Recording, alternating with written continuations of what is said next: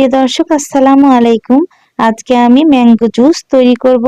এই গরমের mango juice ঠান্ডা ঠান্ডা খেলে প্রাণটা জুড়িয়ে যাবে। এই জুসটা খেলে দোকানের জুস আর খেতে মন চাইবে না। দোকানের মতোই পারফেক্ট জুস তৈরি করেছি। দুটো পাকা আম আর একটা কাঁচা আম নিয়েছি। আমি এখন সিদ্ধ করে নিব। কাঁচা আমের থেকে পাকা আম ডাবল নিতে হবে। আমগুলো আমি 10 থেকে 15 মিনিট সিদ্ধ করে নিয়েছি।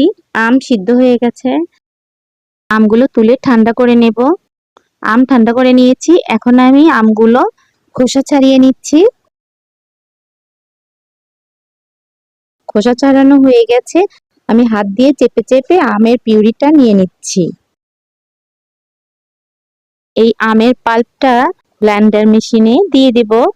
আমের পাল্পটা আমি ব্লেন্ডারে নিয়ে নিচ্ছি। চিনি দিচ্ছি হাফ কাপের একটু কম। 2 টেবিল চামচ লেবুর রস দিয়ে দিলাম। আমের পিউরিটা ব্লেন্ডার করা হয়ে গেছে। এখন আমি ঠান্ডা পানি এর মধ্যে কিছু দেব। ঘনত্বটা একটু দেখে নিব। অতিরিক্ত পাতলাও যাতে না হয়, অতিরিক্ত ঘনও যেন না হয়। দেখুন কি সুন্দর হয়েছে।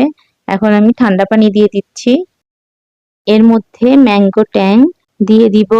মিনি প্যাক নিয়েছি, 2 প্যাকেট লাগবে। যে কোনো ব্র্যান্ডের হলেই হবে। 2 প্যাকেট পুরোটাই দিয়েছি। আমি এখন ভালো করে মিশিয়ে নেব। এখানে আর কোনো কালার ইউজ করা হয়নি। হুবহু দোকানের মতোই হয়েছে। এভাবে তৈরি করে খেলে দোকানের জুস আর কিনে খেতে হবে না। ঘরেই তৈরি করে ফেলবেন। গ্লাসে আইস দিয়ে দিচ্ছি। ম্যাঙ্গো জুসগুলো গ্লাসের মধ্যে ঢেলে দিব। দেখুন কতটা সুন্দর হয়েছে। এই ঠান্ডা ঠান্ডা জুসটা খেলে প্রাণ জুড়িয়ে যাবে। আপনারা একবার হলেও বানিয়ে খাবেন। ভীষণ সুস্বাদু হয়েছে। দোকানে আর কিনে খেতে হবে না, বাসায় তৈরি করে খাবেন। এত মজা হয়েছে যা আপনাদের বলে বোঝাতে পারবো না।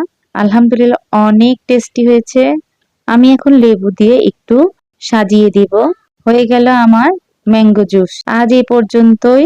আপনারা ভালো থাকবেন, সুস্থ থাকবেন। আল্লাহ হাফেজ।